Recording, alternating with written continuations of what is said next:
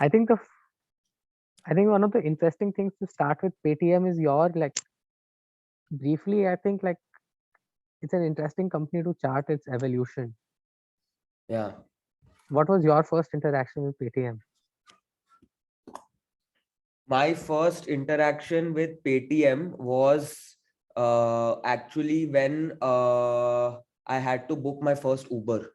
So pretty late in the day, actually. Like Uber had this thing where they allowed you to link your Paytm wallet to Yeah, to yeah, I the remember. Yeah. yeah. So I think this is almost towards the end of college or maybe like first year of working when Ubers really took off in India, or at least when I started using Uber. I remember. I That's, remember. uh, it's not at all the first use case that Paytm actually had. I think they came out first with mobile Mobile recharge. recharge. That was the first company. Yeah. Yeah, but I First never thing. used it. Did you use that? Um, I, to be honest, don't remember exactly my first usage. I think it could have been like once or twice mobile recharge during college. Hmm. I do remember what happened that you had to link your wallet and add money to your wallet and Uber could deduct it. That's because like there were some issues around linking debit cards. None of us had credit cards, so we had to use the Paytm wallet, which is an Yeah. interesting case study. Like Paytm, I think has always increased its usage from these like tricks and positioning itself well. Like this kind of an application or making like having the advertisements in the front pages of newspapers after demonetization. It's never been a company which I've been drawn to the product. It's always been like, oh, I've had to use it in some forced way. Oh, I remember one of the things that I bought from Paytm. Huh. This is one of the use cases of Paytm I remember. The other Hmm. use case I remember is in 2016 or 2017. I bought my MacBook Air from Paytm Mall. And the reason why I bought it is because normally the retail price was 60,000 rupees. But on Yeah. Paytm Mall, for some reason, there was a massive discount and I got it for 45. Correct. Correct. I remember this. Yeah. And I was like, yeah, why not? Like, if they're giving me $10,000, like 10,000 bucks in cash back, of course I'll take it. Um, So that was the phase that was actually very much influenced by Alibaba's investment in Paytm, by the way. yes, I think so. I think so. Like, Alibaba has this, Ant Financial had this super app, I think, in China. yeah, And yeah, they wanted to bring the Paytm Mall.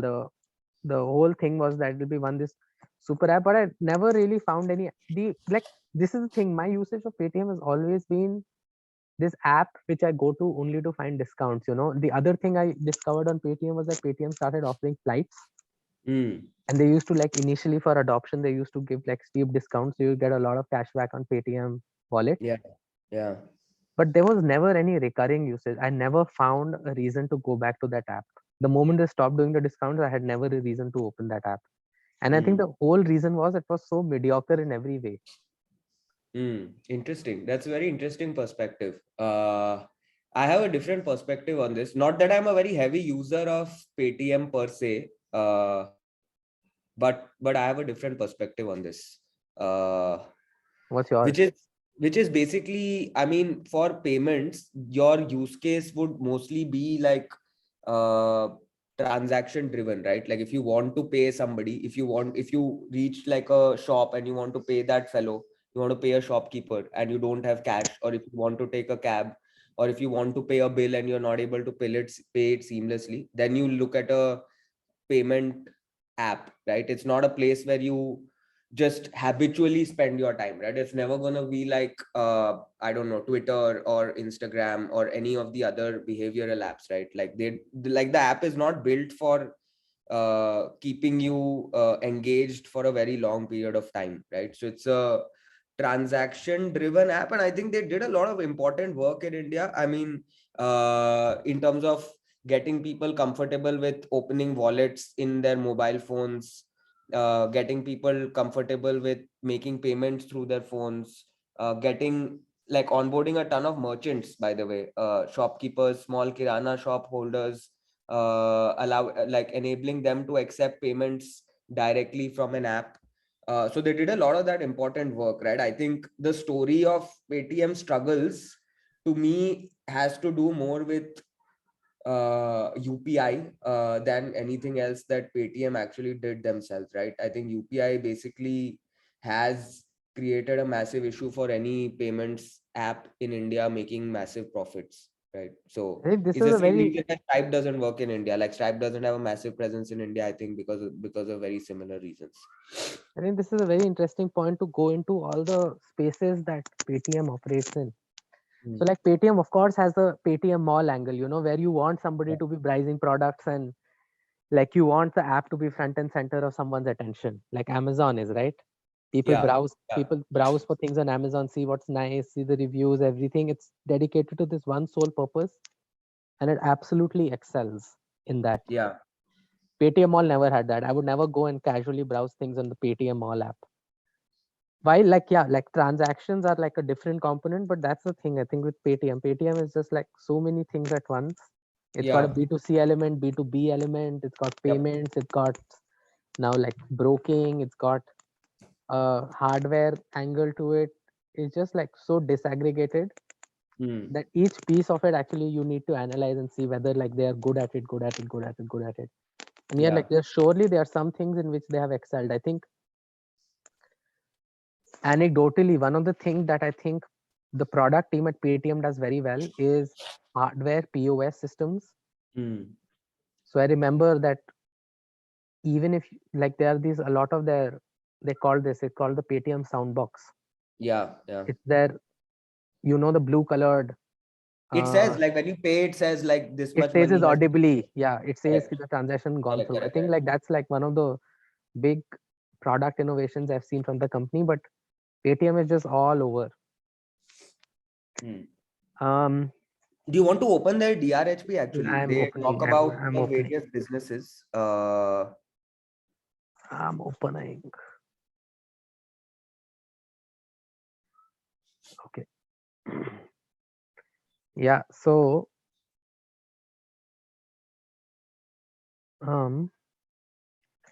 where is our business? So their if you want specifically the revenue breakup, it's in page 332.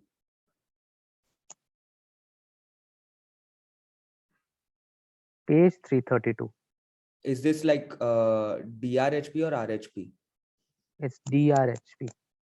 Okay, this is so DRHP is draft red herring prospectus. This is like sort of a draft document. RHP is what the final one is. Got it. I got it from NEC. Yeah. I have it open. Cool. Yep.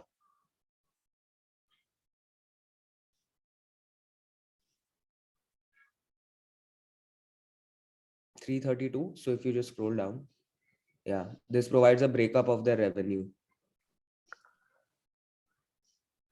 So it's revenue from contracts with customers, other operating revenue. Yep. So like the headline number is obviously 890 crores. Yeah. In the 3 months ending June 30, 2021. I guess this they've shown as a comparison with the 3 months ending June 30, 2020, because a lot of their performance they've said has been impacted by COVID. So they want to show recovery here. I think that's why they've shown all of that. But I think if you look at the last three columns are, I think, what's the most relevant, which is year ended. Yeah. So if you see their payment and financial services That's has increased modestly. Yeah. modestly. Correct. Yeah. Correct. But just to make sure Whereas- that we are reading these numbers correct, because I always struggle with million with Indian rupees. Yeah. So this is 16,000 lakhs. So this is 160 crores, 169 crores. No, this is 1695 crores. 1695 crores. Okay, just making sure I got it right. Million. Oh yeah, it's 10 lakhs. It's million is 10 lakhs. Got it. Sorry, my bad. So this is, yeah. This is therefore almost 1700 crores, then 1900 crores, and then 2100 crores. Yeah. Now, what I was actually disappointed with the level of detailing here, because I was actually hoping that they would break it down more in terms of payment and financial services, what does that mean, right? Because that means a lot of different things, right? Yeah, wait, I So have seen a better breakdown of their financials somewhere else.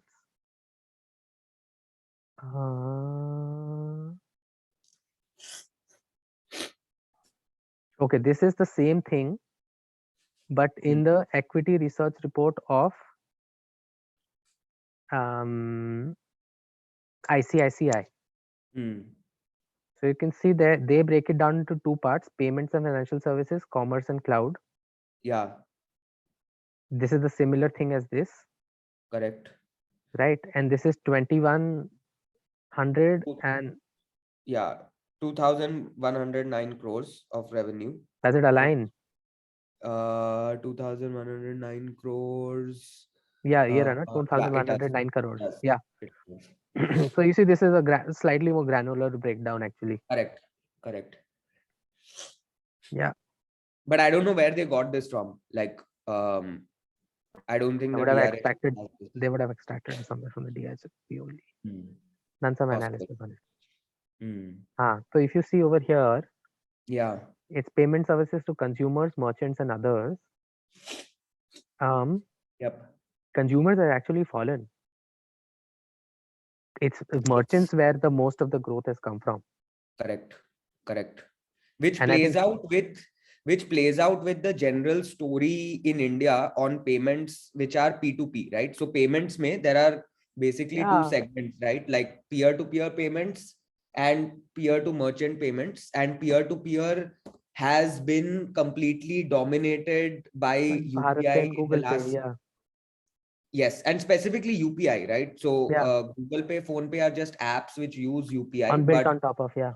Correct. But the thing is about UPI, and this is something that in the DRHP they address further, is that in UPI there is no take rate, right? Yeah. So what you actually want to see is you want to see for this payments from consumers and payments services to merchants, what is the breakup, like how much money they make from UPI, credit cards, Paytm wallet, Paytm postpaid, debit cards, international transfers, all of those things, right? Like if you don't know that breakup, is very difficult to analyze where it will actually go, right? And if you go to, so they sort of break it down a bit in page 422 of the RHP, where they've, and 420 actually, 420 and 422 is where they've analyzed the impact. But basically the thing is, you pointed out, right, that the revenue for consumers has gone down. That's possible even though their usage has gone up, right? If you see the headline numbers in their document, they say that the GMV has gone up, monthly transaction users have gone up, but their money received revenue has gone down, right? And that they address here, where they talk about how their take rate has gone down because of UPI. UPI. Yeah. So if you go to 420,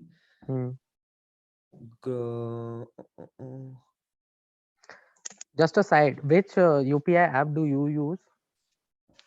So I use Google Pay and Paytm, both. Acha, why both?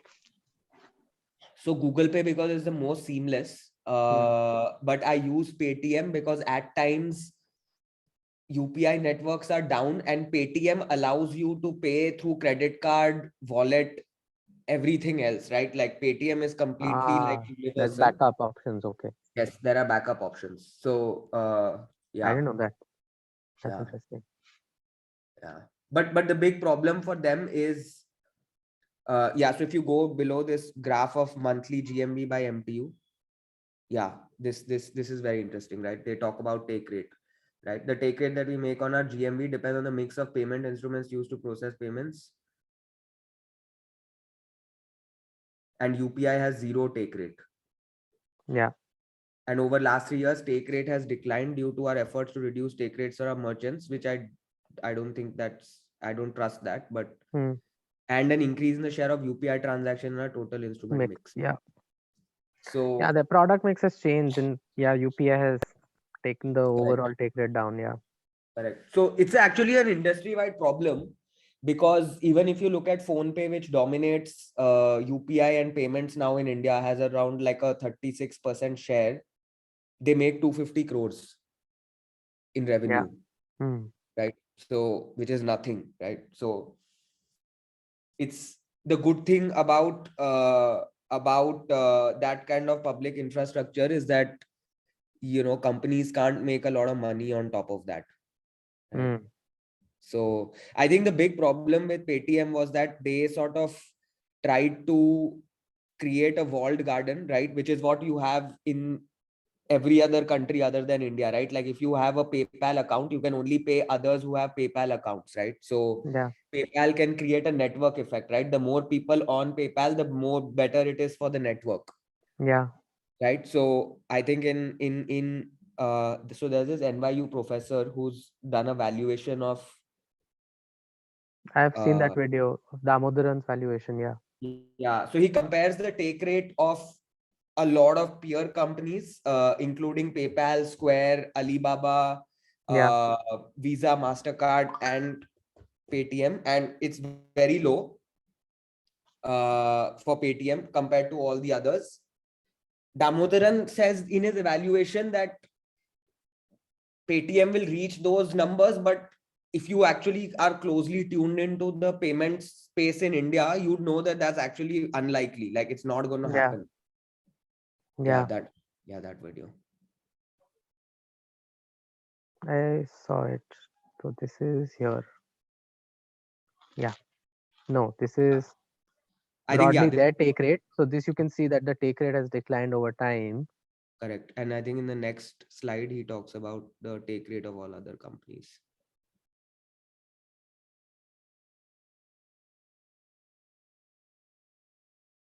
This is a competitor landscape right now, and this is take rate analysis.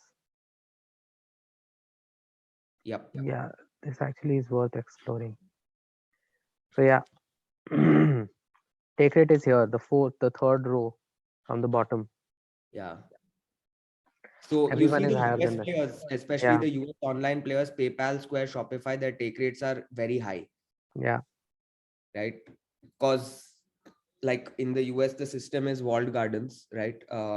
You can once you have people in your network, you can monetize them. But in India, the network is actually UPI, right? Like it doesn't matter if you are Paytm or Google Pay, there's complete interoperability. So so then this makes an interesting play, right? That then you don't can't in India, you therefore will never make much money on UPI because it's a public good, right? So correct. therefore you need to find some other ways to make sure that on top of this small take rate you are making money. And I don't know how much with credit access in India limited, with sorry, not credit access to credit cards limited. I don't know what kind of a product you create which in India's mass scale Hmm. gives you that kind of numbers. Like what product do you create that gives you those numbers? And I think one of the interesting things I read over here was with regard to this thing. Just read this. Offline merchants, particularly with respect to offline device subscriptions and MDR revenues. So, one of the things I'm a little unsure of is, can Paytm charge like some kind of subscription revenue Hmm. or subscription fees Yeah. from their merchants for like maybe giving them a Paytm box or other value added services? I don't know it'll work or not. That's unlikely. I Very don't know. unlikely. The space is very crowded, I think, because there's so many people addressing that shopkeeper business in India. There's Dukaan, there's Bharat Pay, a lot of people doing a lot of stuff. So there's very little scope to actually monetize directly in that sense, right? Like Yeah. in Okay. India, This is the breakdown of this is where ICICI got its numbers from. understood. Yeah. Yeah, Yeah. but like my analysis was that if take rate of India as a percentage, if you can't be a big player in terms of take rate in by being a pure payments aggregator, Yeah. then there are some other like product plays that you need to bring in. to make more money from that. Um, Correct. Now, what that would be, I think it's completely unknown, right? Like, because number one thing you can do is make the credit card process so seamless and improve the credit card experience so that there are more credit card instruments being used and those have higher take rates, right? So that's what I was saying. That's the critical thing missing from the DRHP, where they don't break up payments into different things, right? Because then you can analyze how much money they make with credit cards, with postpaid wallet, everything else, right? And what's the usage for all of those. I think there's a bit of fear there because I don't think it paints a very pretty picture for Paytm. Yep. So that's one. So that's obviously the bear case, right? Like their revenue is going down.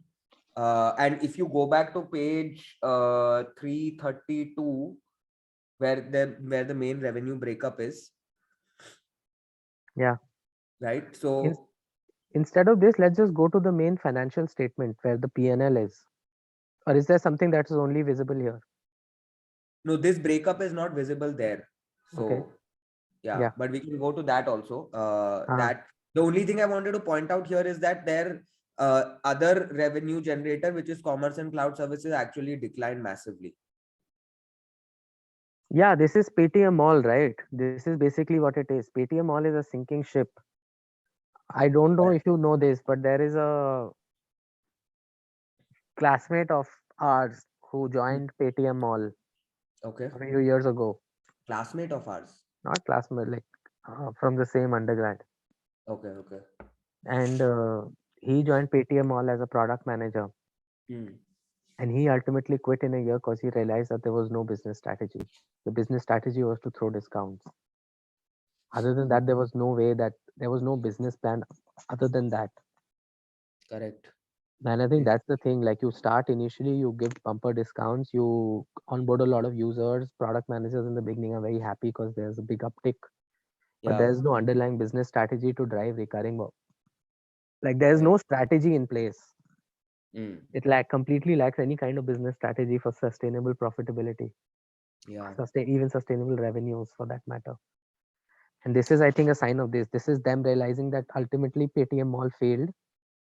Revenues went down from 1500 some crores to like 700 some crores now in 3 years. It's almost halved. And they say that Paytm, so there is a section in this RHP called management's analysis where they say that this decline is because of COVID, because this is sold to merchants. And that's why I think they've sort of shown the quarter performance, which has gone up, right? So the story from the management, at least, and I don't know how you read the quarterly numbers. I think if you read the quarterly numbers, maybe you can argue that it actually is not as bad as it looks. okay, I And want to that's pull on out page. the summary financials. Huh. I think this is a much better number to, and this is a much better sheet to look at because it has a lot of other stuff as well. I think when I looked at this sheet, yeah, like I think it'll be interesting to understand what's the component inside commerce and cloud services. My guess is this is mostly Paytm Mall, but It's a it'll bunch be of stuff. What they say, they sort of they don't give a exact scientific breakup, but they talk about what all constitutes this. I think that is on I think that's probably on around some page 420, 422. But anyway, what they talk about is basically ticket bookings, airplane bookings, train bookings, hotel bookings, travel bookings, which they say all of that suffered from COVID and all of that went down. That's what they say about this. okay. That's the logic for I think the explaining. other thing I found super interesting was the expenses. Yeah. If you see, payment processing charges have overall declined over time. Yes. That's maybe a good sign. That's a good sign. It depends on whether you want to see it as a good sign or not. I think one way to see it is that the payment overall, the percentage fees on payment processing declined. The other scary thing to think of is like the UPI angle you were talking about, that because there is no take rate, there is maybe also little fees, and this is a sign of this. Yeah. The massive thing over here is this decline in marketing and promotional expenses, Yep. going down from almost 3,400 crores Yep. to 530. It's gone down by a factor of 6, Yes. right? Other things are fairly constant. Let's say like employee benefits fairly constant, software and data center expenses fairly constant, depreciations constant. Everything else is fine.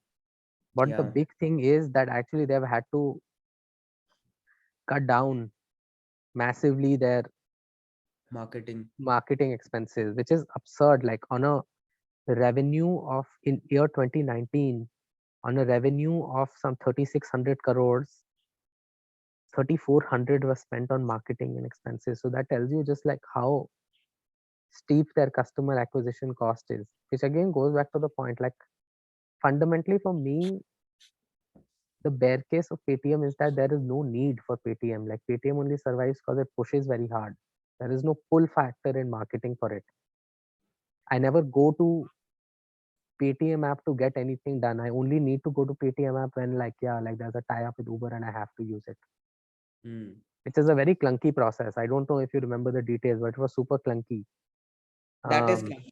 That is a clunky process. That's true. so like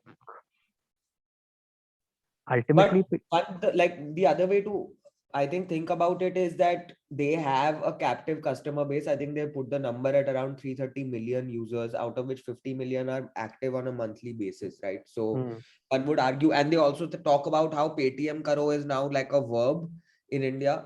So, and almost every Kirana store that you encounter in cities would have a Paytm QR code.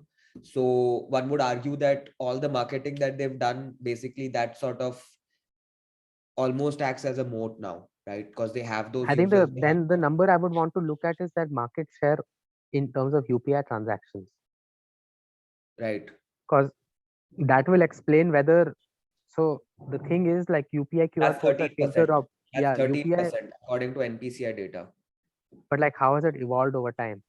It's gone down. Like originally they were 50%, but since Google Pay and Phone Pay came up, they Ah, together control 75%. Paytm controls 13%. that's a funny, right? Because like the thing I think with UPI is, and I don't know at least how I see it, how others see it, but for me a QR code is a QR code. Now whether it's a Paytm QR code or Google QR code or a Phone Pay or like some any random pay, Hmm. I interact with that QR code using the app I use, and for me that Right. was Google Pay. Now Right. I don't know because we are like millennials, we are tech savvy because we know this.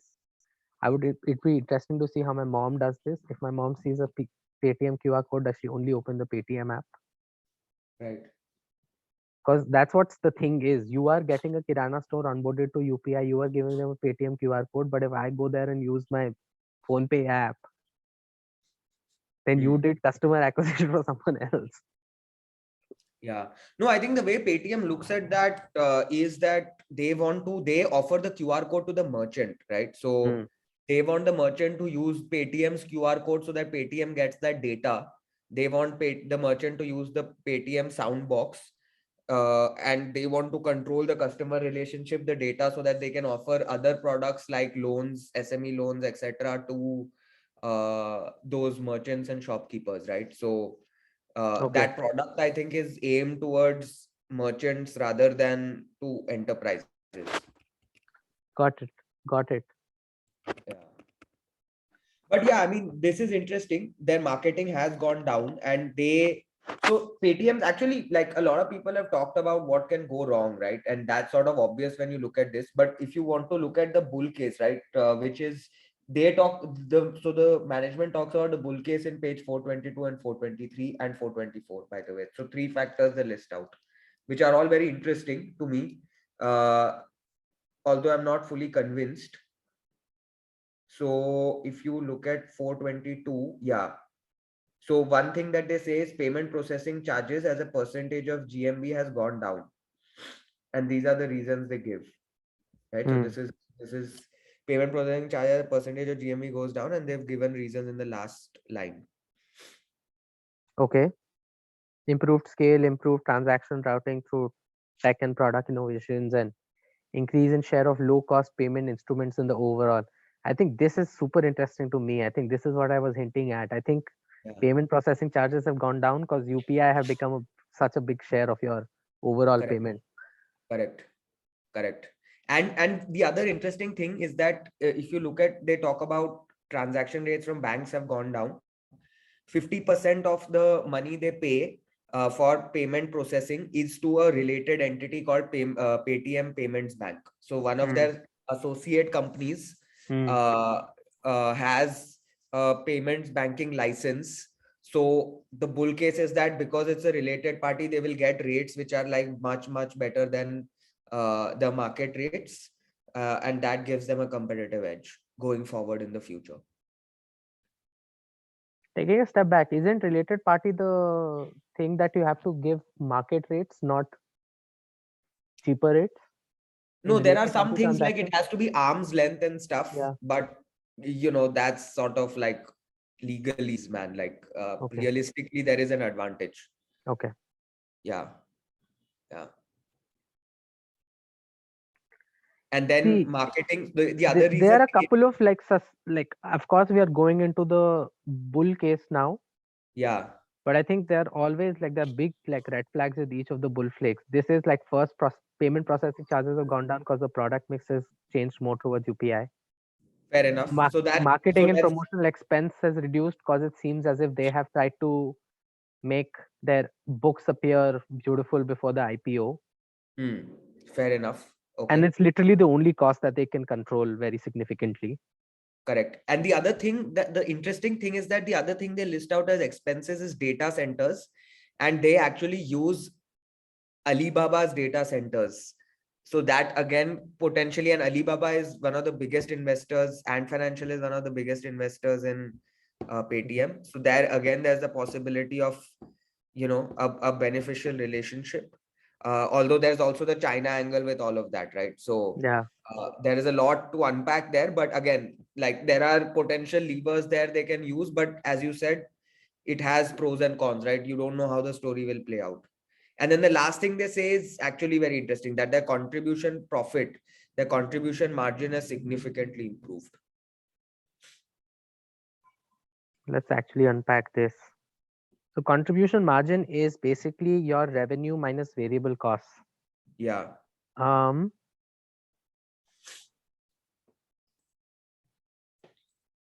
So this is A minus all these other things. So revenue from operations, which is like 2,800 crores, minus your variable cost of processing, cashbacks. Oh wow, look at this, dude. This is like another like really interesting figure over here. Promotional cashbacks and incentives have gone down from 2,800 crores to 235 crores. Yeah. The whole business was like contingent on this. Yeah. Connectivity and content fees. Okay. Some other expenses. This is what they're trying to say, that actually on terms of contribution margin, they become profitable. Yep.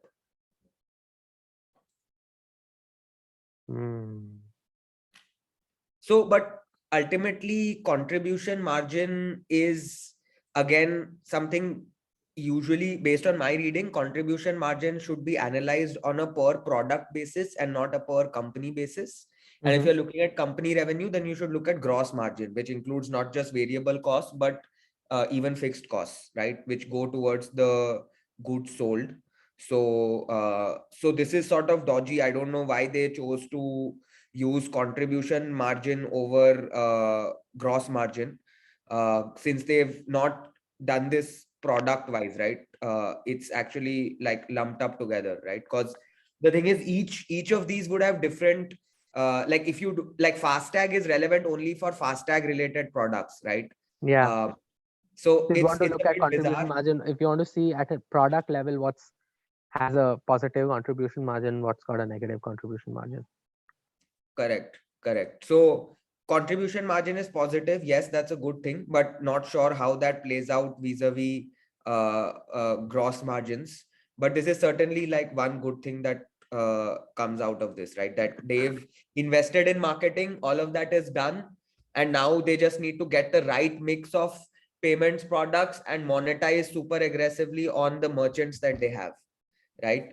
Through loans, through insurance products, use their payments banking license, use all of that work that they've already done to acquire customers, set up the infrastructure with Soundbox, QR code, getting a payments bank license, insurance license. All of that is like really difficult to do in India, right? Like it's not easy. Yeah. Right. So Okay. one way to look at it is they've done all that hard work, all of the bad stuff has happened, and now they can really drive it to scale, right? I think you're right. I think I agree with you. I think like the bull case I see right now is that they did all of this upfront work for the last 10 years, set up this infrastructure. Pretty much in some ways, you could call them a pioneer in this industry. And all Yeah. of this while they were targeted towards B2C, which Yeah. meant that they had massive marketing expenses, massive promotional and cashbacks. And that was a big drop, big drag on their contribution margin. And now, when they've stopped doing it, they're still making pretty much the same amount of revenue. And now, if Yes. they focus their attention on merchants, Yeah. you maybe will not have to do this much marketing. Maybe you will not have to do this much cashback. And you will, like, going forward, your contribution margin will be net positive. Yep. Yep. I think, Which sort of actually takes you to the next part of the analysis, right? Because the financials at the end of the day don't look so nice. But I think one way or the other, whether the bull case or the bear case, everything depends on the future, right? Like you don't, it really doesn't depend so much on what the status of the financials is today, but how things will evolve in the future, right? How will people use payments? Where will the opportunity to monetize lie? How will the competitive landscape evolve? All of I think those it's, things. yeah, I think it's all a lot to do with, you're right. I think it's all to do with how the merchant space of Paytm is evolves. Yeah. The other very interesting thing that I read on a Ken article was how Paytm has tried to and failed with giving financial services to their users, right? Whether it's mutual funds or loans. So couple of really interesting things that they talk about. Number one is that Paytm's user profile, and I don't know what research they have to back this up, because again, I didn't see anything with this in the DRHP to back this up. But what the Ken article says is that Paytm's users are not really the highest taxpayers in India. They are actually in tier 2 and tier 3 cities. Okay. And they don't really have a very good credit profile. They mostly use it for low level use cases like mobile recharges, top ups, etc., which means that they are actually not a segment from which you can actually Earn sustainably much make money. lending. Kind of agree, man. Kind of agree. And they Yeah, like compare it's it to massive. Zerodha, where basically Zerodha has a client base of like the highest taxpayers in India, people who make a lot of money. So they can actually monetize their users more than Paytm. So that was a very interesting take, I thought. I think it's kind of right in some ways. I think the quality of your user base matters, right? You may have 330 million people and you may have 20 million Kirana stores, or like Kirana, and like look at like the kind of stores that you have, right? Like I have seen these are penny pinching Kirana stores and penny pinching sabji walas, and you may give them a Paytm Soundbox for free Yeah. with the hope that you will get some kind of data. Like, I think Yeah. there's a lot to unpack over here of actually what quality of data you are getting. Yeah. Like, it's very easy to say, oh, like we'll get this data and we'll make them loans and become a credit company. But there's so much to unpack over here. Like, what actually do you need to get good credit information on anyone, right? You need to be a player that is able to somewhere somehow like forecast people's earnings, see where the gaps are, and at that moment come up with a tailored credit solution. It's tricky. Like I think they're like I have a very basic understanding of this space, but it seems to me as if people like Khata Book are much better placed. Like the quality of data that they have is much better Yeah. to Yep. do this kind of thing. Like rather than just getting revenue information. What you need is back-end cost information as well Hmm. of True. any merchant. And unless and until there is a play that Paytm will somehow help merchants make inter-merchants payment on the back end. That I am a Kirana store, I'll pay my wholesaler also using something with Paytm. Hmm. How do you have that full end-to-end information to make any kind of product around this? Yep. Like while I think the whole thing with Khata book and stuff is that it's a very small, it's in a targeted space where they have all, when you have once you have access to the books, you have all of this information available to you. So Yep. maybe taking, if you delve deeper into the merchant space, it's all about the quality of the information that you're getting on merchants. Correct. Correct. Yep. Yeah, that makes a lot of sense. Even the revenue picture won't be complete, right? Because people accept payments through cash, Yeah. completely different apps. So you'll never have the full picture, right? So that quality is an issue, but apparently Paytm has succeeded to an extent. So they talk about the number of loans they've given, also, which has steadily increased. But This again, is something I'm very doubtful. I'm always very iffy about this. I know I saw the loan information. yeah. Whenever But I see again, a company, like it it's so depends on easy to how. give loans, dude. Like so easy to give Yeah. loans. You want to go Yeah. out in the market and tomorrow start giving loans, you can give out this much loans in a day. It's just about the quality of recovery and But how much. interestingly, Paytm is not tied to that. So the loans they talk about here, Paytm says that they make commissions when they disburse the money, and when They're a broker uh, in this, you're saying. they are a broker. Yeah. So the lending happens from the books of a bank or an NBFC, not directly through them. It'll be interesting to know. Just completely makes sense. Okay. So we learned a number But of financial products. Okay.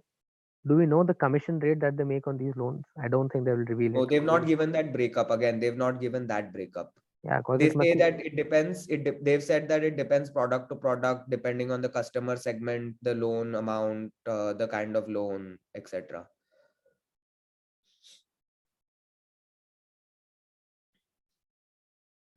Okay. They have 3 lakh equity trading accounts. They generally have 1.5 million customers in direct mutual fund investments. We have also Paytm, by the registered. way, also is the biggest insurance broker. Sorry, the biggest mutual fund broker in all of India, bigger than even SBI. Wow. So again, there is a lot of interesting stories about this. And one of the things I was reading about was how Paytm, because of their user base, which I mentioned is sort of tier 2, tier 3 cities, Hmm. low income, they negotiated with mutual fund houses to reduce the minimum size of a of the mutual fund investment to rupees 100. Wow.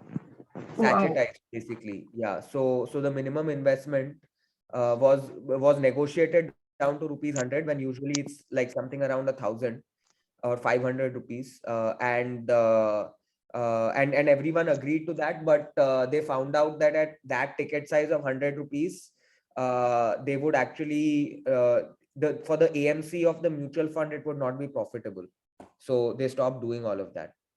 So they sort of Wow. kind of succeeded, kind of failed. So a lot of stuff has been done, but this whole concept of monetizing users and using data to give financial products, it's completely theoretical right now. Like nobody has successfully done it in India, right? So again, like something which is an evolving story very much. Like there is a lot of data out there of partial successes, partial failures, Hmm. but very dynamic, right? Like nobody knows how it will actually play out. Yeah. I think this raises, like, changing track a bit. This raises a very interesting question from a product management perspective Hmm. of what the front screen of a Paytm app should be like for what user. Hmm.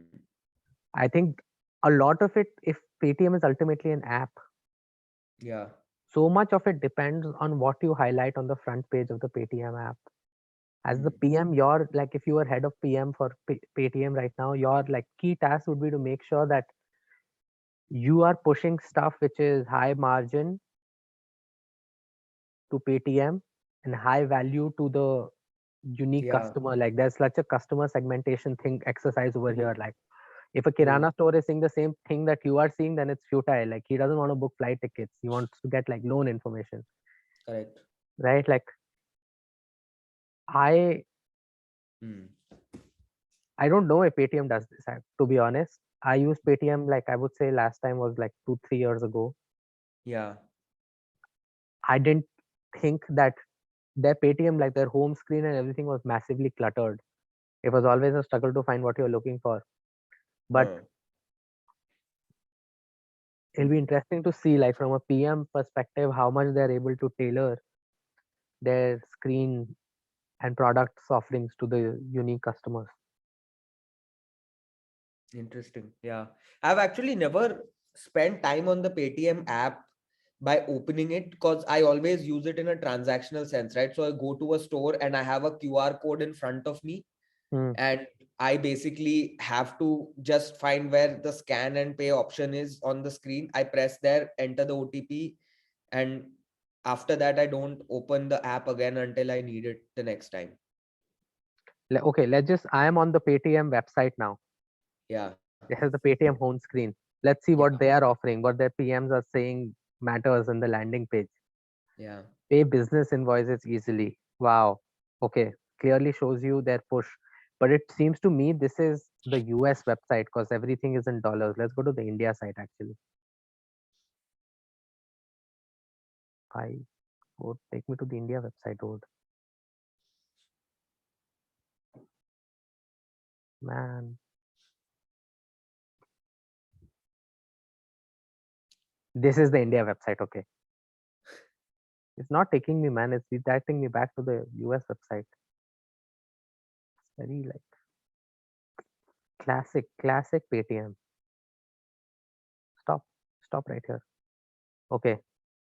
No point doing this. I'm just trying a different browser for one quick second. If it doesn't work, then I'll give up. I think it's using your location to give you what you want. Yeah. It's like Netflix. Like Netflix has like location specific content, right? Like they will not allow you to see anything else. That makes sense for Netflix. Doesn't make sense for Paytm. Okay. Anyways, I think. But anyways, this is interesting what Paytm is offering in the US. Automate payments in just a few steps. Is this the same company? You'd wonder if this is the same company as that in India, right? Wow.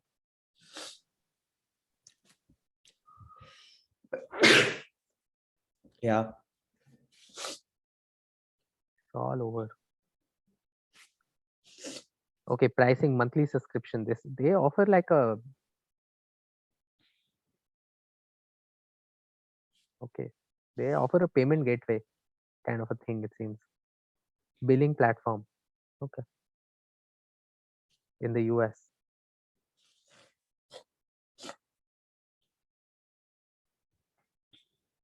Oh, yeah.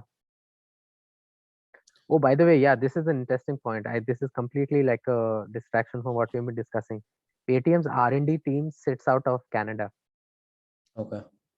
So this guy, Paytm North American, Paytm Labs Canada. So Paytm Labs is actually the R&D um, part of Paytm. Hmm. A lot of cool shit happens there apparently. Interesting. I'm not even sure whether all of this sits inside the 197 Communications company which did the IPO, right? So like the Don't know. US leg of their business. It does. It does. Paytm Labs is a 100% owned subsidiary. Hmm. But they're everywhere. But Yeah. anyways, I think like I was just thinking from a product angle, like how do you like when you have a million things happening, Yeah. Amazon can do this because Amazon has so much information about my purchasing history. They know what I'm scanning, what I'm inclined to buy. Google can do this. Google has my whole life on track. How does Paytm discover your need unless it explicitly asks you upfront who you are, maybe as part of the onboarding process? Right? It's like a tricky combination where if ultimately everything has to happen on a 5-inch mobile screen, you have limited real estate to push things. So what do you push? Um, Yeah, I guess, I mean, one way to do this could be to ask users. That's not a good approach. That's never a good approach. But some apps sort of ask users what they intend to do with the app, right? yeah, Like Netflix will ask you, for instance, like what kind of shows do you want to watch, yeah, right? Spotify will ask you what artists you like. But those are sort of different things. They are lifestyle apps, so you want to spend time answering those questions. On Paytm, I don't know whether that approach makes sense. The other thing could be just to learn, right? Like, so you have some screen, but then you use information as and when apps use, like, as and when users use the app, and then tailor how it appears to them. yeah, yeah. But yeah, I mean, interesting questions. I guess in Paytm, the growth team would also have a very, very important role to play, more than just the product team. You mean the online growth team or the offline growth team? I think I can imagine two kinds of growth teams. Like one is the team that's on the field, putting up QR codes, onboarding merchants. No, I mean the app growth team. Why do you think they have an interesting job? What are you thinking of? So, usually, for a growth team, in mature apps, you have two sort of PMs, right? One is normal PMs, right, who would work on new products or like sort of specific things, right? They'd be working on, I don't know, let's say the mutual fund section of Paytm, right? So there'll be a product manager for mutual fund product, right? Paytm Money product manager, right? Then there is a growth PM. Growth PM is given KPIs, right? That I need to move revenue or margin by a certain amount. So then they do that backward calculation, which product should be pushed, what should be shown, and they do a Yeah, very data driven analysis. And they are also PMs, right? So a growth pod typically would have a PM, an engineer, a designer, an analyst, and they work together and they basically make these little tweaks to see what appears on the app, what should not appear, how to yeah, optimize for growth, right? So I think a lot would be like a lot of interesting work would actually be done by their growth PMs. true, true. They're hiring a head of partnership in Salt Lake City in Utah. Yeah, I saw 15 years of experience. Damn it. Only like 10 years short. But this is like what I was trying to look at is actually like how many people Paytm has all in all. It's got like 12,000 employees. Median tenure is 2.2.5 years. They've grown significantly in the last 6 months. Not What's their modestly. Glassdoor rating? This is actually you, I think, raise a very important point about the working culture at Paytm. Do you have? I don't trust Paytm's Glassdoor rating at all, but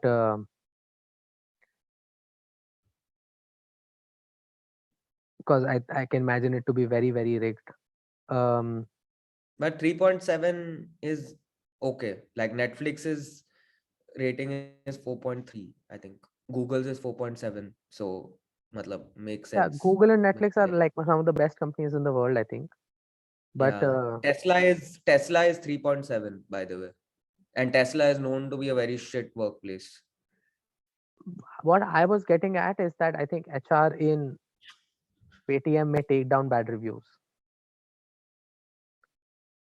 Like cons, I mean, none. No, I'm telling you. Okay, the place where Siddhanta I'm coming from is some of the things that have happened at some of the leaks that have happened, and it's public information, but Paytm,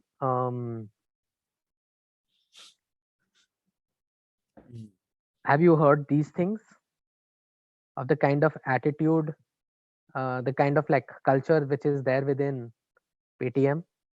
No idea. So it's like a supposedly a toxic culture. There are a couple of like not safe for work clips that have gone viral. Oh God. Uh,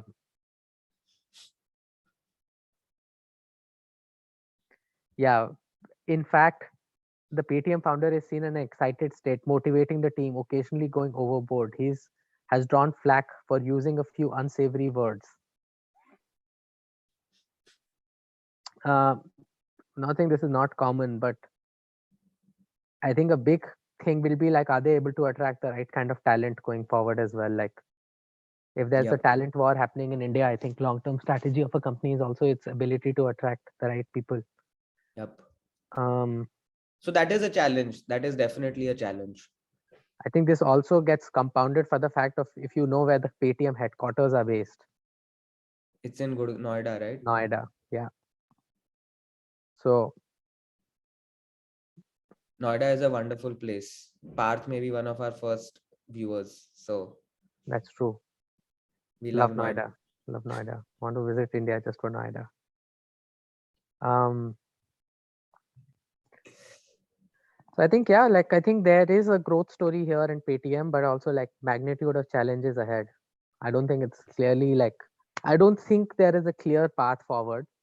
Correct. There is an imagination of what you can be, but till now nobody has started that. And Paytm has had like a good run for 10 years. They clearly have an ability to attract capital.